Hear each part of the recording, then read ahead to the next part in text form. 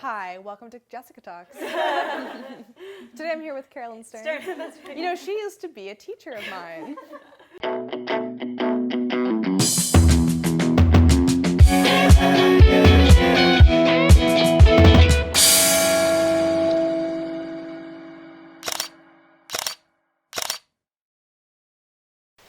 Hi there, it's Carolyn Stern and you're watching Carolyn Talks, the channel to watch if you want to get unstuck, maximize your potential, and achieve more.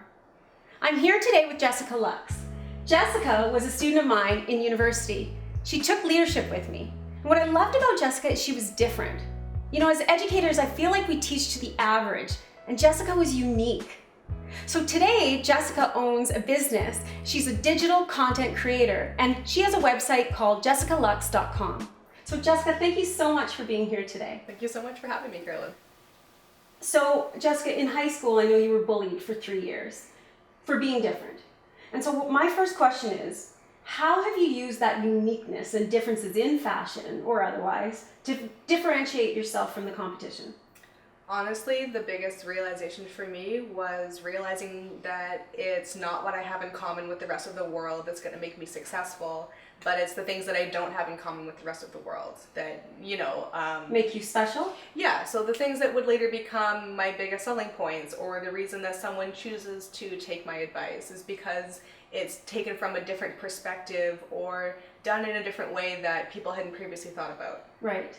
And this whole show is all about using your emotional intelligence. So how do you think you've used your emotional intelligence to create the successful business you have?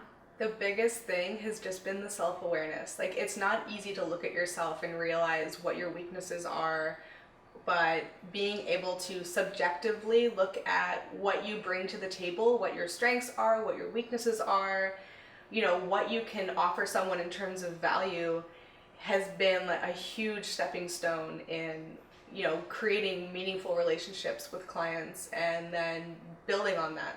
So it's interesting you talk about emotional self-awareness, because emotional self-awareness is actually one of the competencies of emotional intelligence.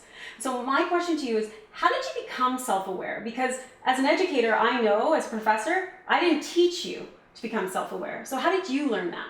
It was something that I didn't even realize I had taken on until way later in life. When you're getting bullied, you're thinking, why me? Why is this person, choosing to act this way towards me? And it sort of forces you to put a magnifying glass on yourself and really think about what it is that, that you could be doing to cause this. Right. And so taking that, fast forwarding to today, it's really helped me in realizing my behaviors and how my emotions and how maybe even the words I use or the emotional cues that I give could be influencing someone to how they're reacting to whatever scenario is going on.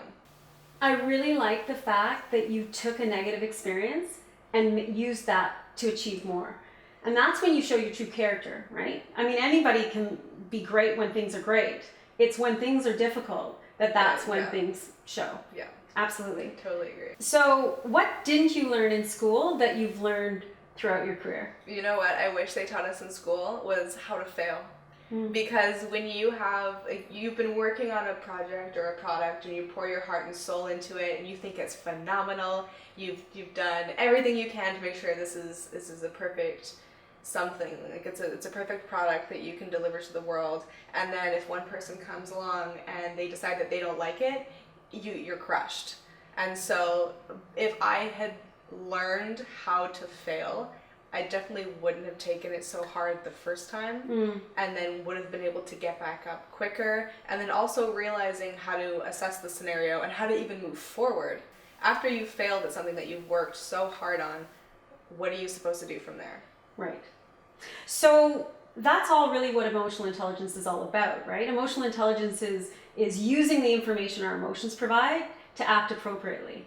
So when you fail, and it can be hurtful, how are you able to sort of take yourself out of the situation and not take it so personal? Because it's business, it's not personal. And that's what I have to remind myself, that it's not personal. They're not saying no to me, they're saying no to whatever I'm offering. Right. And that's fine, because sometimes it isn't a fit for them at the moment, or sometimes a little negotiating needs to happen to make it a good fit. Right. But And even now, I still take it a little personally. Yeah. But you just have to remember that it's not personal. It's just business, and it doesn't mean that there isn't potential in the future. Right. For a relationship to happen. Right.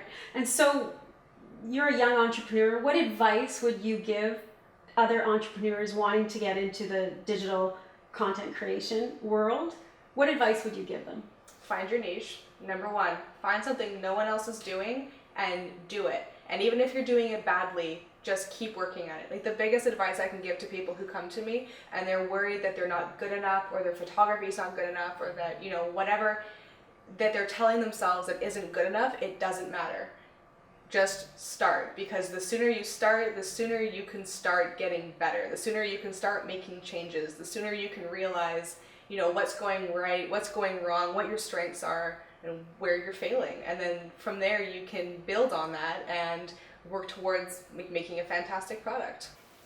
I ask all my guests to share a golden nugget. And what's a golden nugget? It's a daily tidbit of inspiration. So Jessica, what's your golden nugget for today? Okay, so I always tell myself you didn't come this far just to come this far, and that no is just an opportunity to reinvent your angle.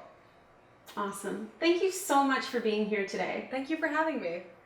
So now I have a question for you. How do you use your uniqueness to set yourself apart from the competition? Leave a comment below.